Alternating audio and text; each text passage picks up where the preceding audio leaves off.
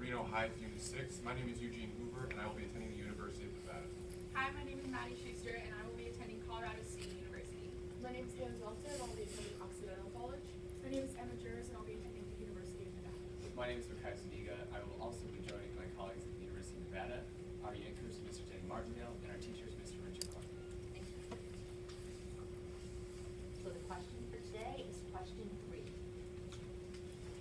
Compared with political systems of the other advanced democratic countries, ours is among the most opaque, complex, confusing, and difficult to understand. Do you agree or disagree with this statement by Robert Dahl? Why? What institutional arrangements established by the Constitution, if any, make our political system difficult to understand? What policies and practices exist in the public and private sectors that are designed to make our political system easier for the average citizen to understand? How effective are they? What institutional arrangements do some other advanced democratic countries have that might make them easier to understand? For example, how might parliamentary systems be easier to understand? A majority of the confusion surrounding our Constitution lies within the interpretation of the text and the intricate relationship between state and federal power. With 50 different state constitutions, each with subsequent local forms of government, we agree with Robert Dahl's statement. Our system is among the most opaque, complex, confusing, and difficult to understand. The compromises found throughout the body of the Constitution and the subsequent amendments have made our political system opaque. Our bicameral legislature, herein granted in Article 1, the Electoral College and vague executive powers vested in Article 2, the implied powers of the judiciary in Article 3, and the addition of the 10th Amendment in the Bill of Rights were all necessary contradictions in order for the document to be ratified, leading to its increasing complexity today. Satirist John Oliver, in regards to special districts, said, "It's a little weird that in a country that talks so much about government accountability, that a huge amount of our tax dollars go towards something that most of us know absolutely nothing about.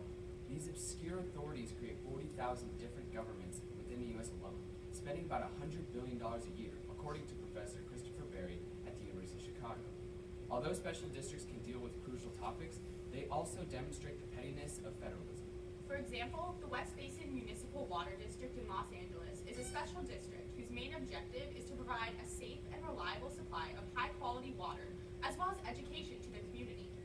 In contrast, our local Verdi TV district's technology is now obsolete and currently has a surplus of $3.2 million, leaving citizens confused about if this funding will be directed towards other needs or if it will remain a stagnant fund. Until the incorporation of the Bill of Rights to the 14th Amendment, it was possible to have 51 different sets of civil liberties. Following Gitlow versus New York in 1925, it became easier to apply the Bill of Rights to the states, while increasing the power of the Supreme Court, further complicating our judicial system. Ironically, this desired complexity is used as a function of fairness, intended to ensure that all rights and liberties of citizens remain protected. But in order to protect these rights, non-governmental organizations are a vital piece in informing the public of their rights, as well as educating citizens on how to deter infringements.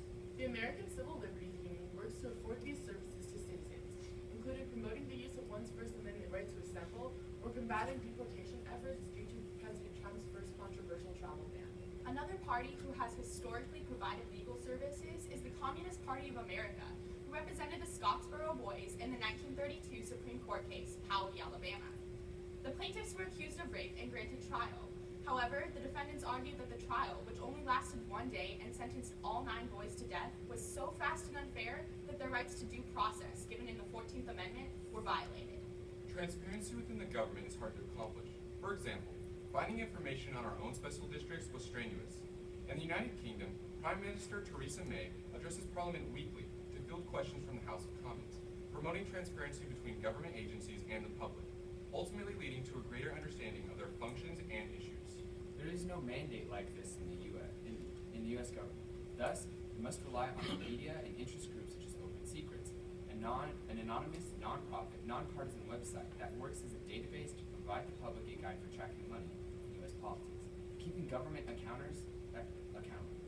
Non-governmental organizations are not the only sources for governmental education. In 2015, the Arizona legislature passed the American Civics Act, which requires a high school student to pass a civics test to graduate high school. In our county's school district, 1 credit of American government is required to receive a diploma, allowing Nevadan students to understand the complex nature of our system of governance. Prime Minister Winston Churchill once stated, "It has been said that democracy is the worst form of government, except all the others that have been tried."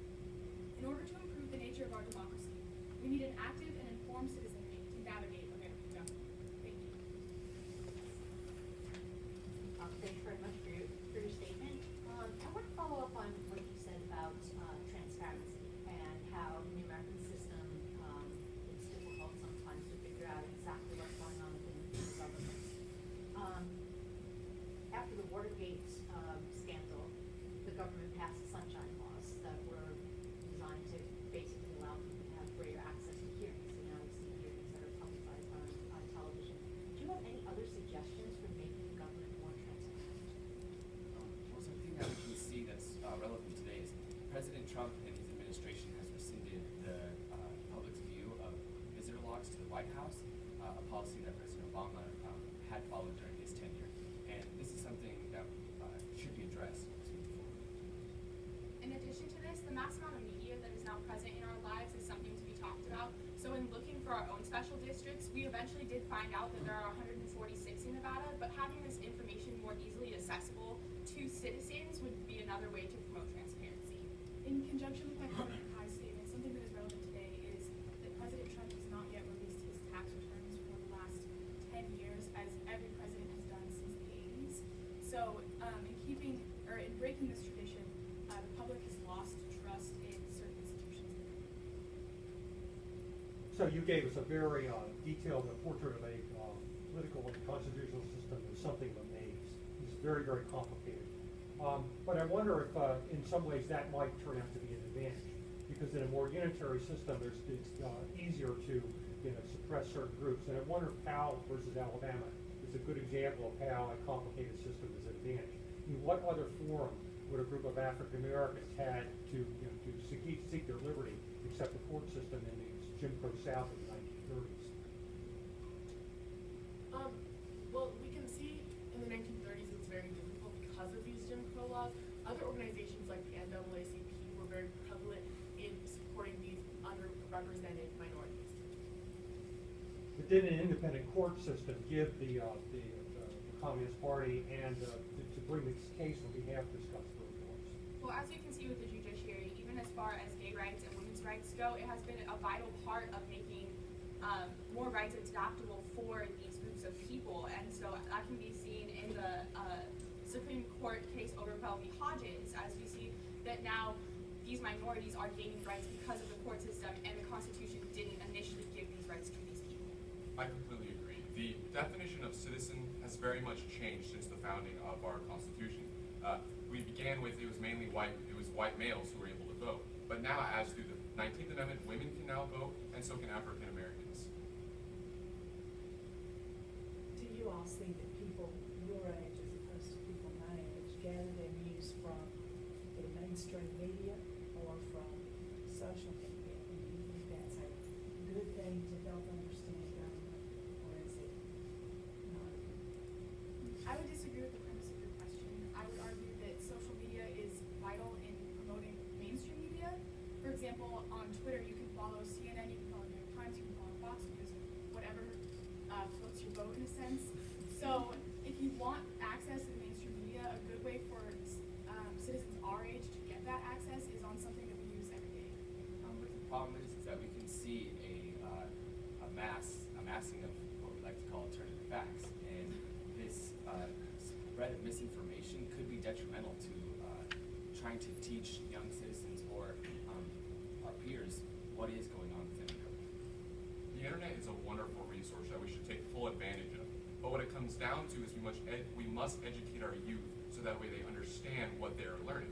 And I think Abraham Lincoln phrased it best when he said, the philosophy of the schoolroom in one generation will be the philosophy of the government in the next. So we must educate our youth so they understand what they are learning. You mentioned in your prepared remarks that the Electoral College is an example of how the government is complex and opaque. Could you explain a little bit more about how the Electoral College is kind of complex, and also state whether you feel that it should be reformed or not? I definitely know I didn't really understand the Electoral College until this past year, and so that is one of the complexities I didn't get, that we didn't know the electors or how to find out who your electors are. And I definitely agree that it should be reformed in some ways. You can see in states like Maine how they have a split of which so that it's not a winner take all. We can also see in the past it was dispersed by population, but Montana has doubled in population, and California has grown to more than 7 times of its population. So now this misproportion in the Electoral College is something that citizens definitely do need to consider. And if we look at the original intent of the Electoral College, it was a compromise between these framers, and many historians would say that it was to persuade the South or allow perhaps for slavery more prominently to found our nation. And this is a controversial topic, and today this is something we think about: is do we maintain a system that may have been instituted to subjugate many people? You talk about the structure of government. Is the size of the government, the size of the country, a contributing factor to the complexity of our system? The size of the country. Yes, it is. We can see in countries such as Great Britain, there is a small country, and each state within that country, they're not as delineated as our states are. Additionally, those states are considered homogeneous compared to our states versus the way that we are set up across the country. California is extremely different from Alabama. So there's no way to have that kind of small government without having all of our subsequent local governments. Another example is. Time.